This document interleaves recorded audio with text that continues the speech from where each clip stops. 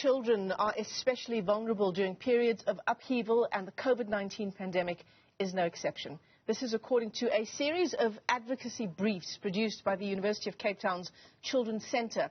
The group of experts behind the briefs are now calling on government to place children at the centre of its pandemic recovery plans. For more, we're joined now by Laurie Lake, who is one of the editors of the UCT advocacy briefs. Laurie, good morning. It's great to have you with us on the show, particularly on what is such an incredibly important story in terms of how the Western Cape in particular and its healthcare systems catered to children in the COVID-19 pandemic. What did your brief find? I think the first thing that we found is a story that is common across the world, and that children were far less likely to be infected with COVID, far less likely to be hospitalized, and far less likely to die of COVID-19. So of the 284,000 cases of COVID in the Western Cape, 12,000 of those were children. 1,500 were hospitalized and 59 children died. And because the numbers were relatively small, so children accounted for 4% of cases in the Western Cape, our pandemic response, our healthcare response, was focused very much on adult COVID care. If we're looking at the impact that had on routine child health services, those were de-escalated, they were scaled back to the very basics. And this together with fears within the community of contracting COVID at healthcare facilities had a really dramatic impact on access to primary healthcare. So the number of primary healthcare visits for children under 5 dropped by 23% from 2019 to 2020. And that has had a very dramatic effect on testing and treatment for HIV, TB, and malnutrition. And these are all going to cause tremendous problems in terms of the individual child and in terms of the healthcare system burden as we move forward. And so one of the concerns is that children have been overlooked. The needs of children have been overlooked in our pandemic response. The other thing to recognize is it's not just the children who were infected with COVID that have been impacted by the pandemic. So we're looking at thousands of children who may have lost a family member or primary caregiver. And a recent study published in The Lancet estimates that over 1 million children around the world will have lost their primary caregiver to COVID-19. So that's Laurie, a real area of concern. So in terms of, the healthcare system and how it dealt with children who were directly impacted and infected with COVID-19, that's one thing. But insofar as the healthcare systems addressing the other issues that came with COVID-19, for example, losing a primary caregiver, losing a parent, opening children up to violence, to injury, addressing issues around their mental health. How far did we go there? So I think the other key concern was around hunger.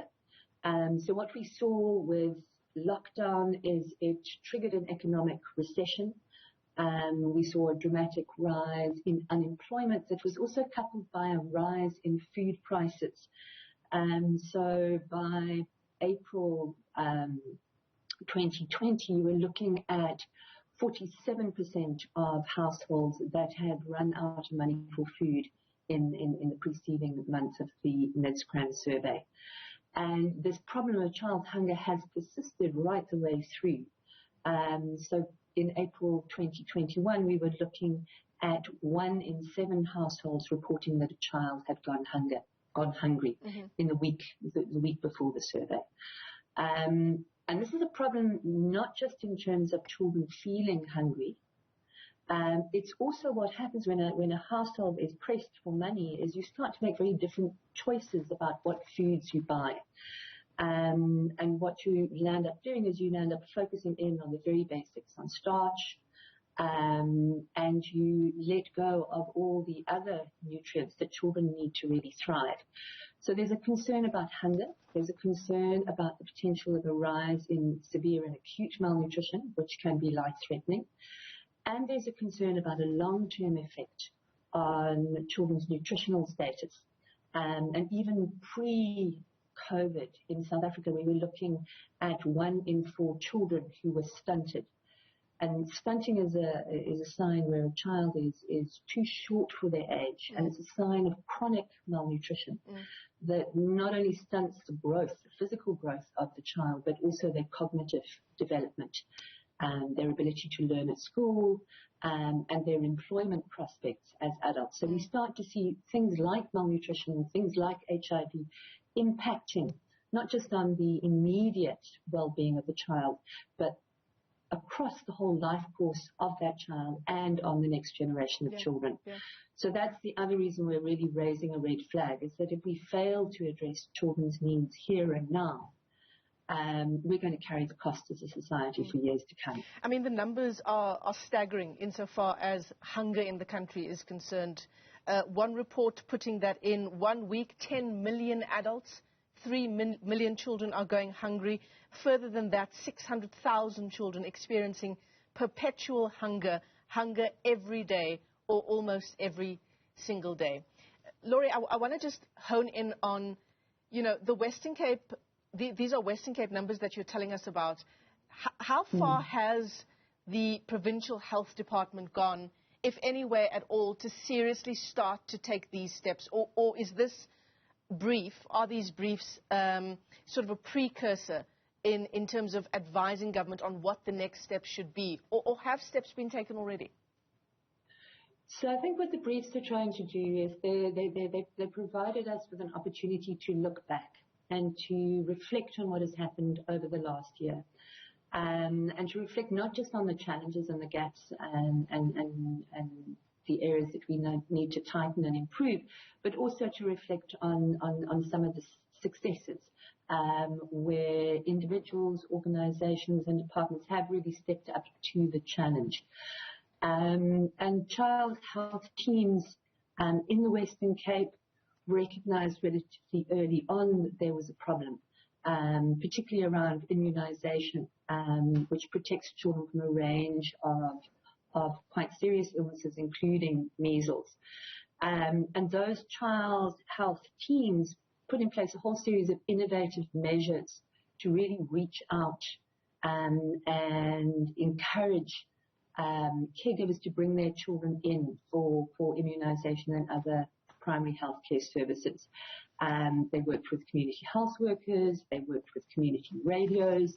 Instead of delivering these services for young children through the clinics, they started to use things like town halls and libraries in order to create a safe space and an accessible space for families to come and seek care for their children. And as a result of those efforts in the Western Cape, they were able to recover immunization coverage. And in fact, they achieved a 95% immunization coverage for measles, which was up 5% on the previous years. So what we're seeing is in areas where there's strong leadership for children, for child health, it is possible to recover. But we also know that the Western Cape is far better resourced. It's got a very strong, well-resourced healthcare system. So even here in the Western Cape, we didn't think about children early enough. And for some services, it's going to take a very long time to recover. If we're looking at backlogs, for example, in elective surgeries, or the way in which services for children with disabilities were cut back over the last year. Yeah, it's very worrying indeed. Laurie, unfortunately, that's all the time we have for this incredibly important discussion. Laurie Lake is with the UCT Children's Institute. These advocacy briefs initiated by the Institute petitioning government to prioritize children insofar as the country's COVID-19 pandemic recovery efforts are concerned.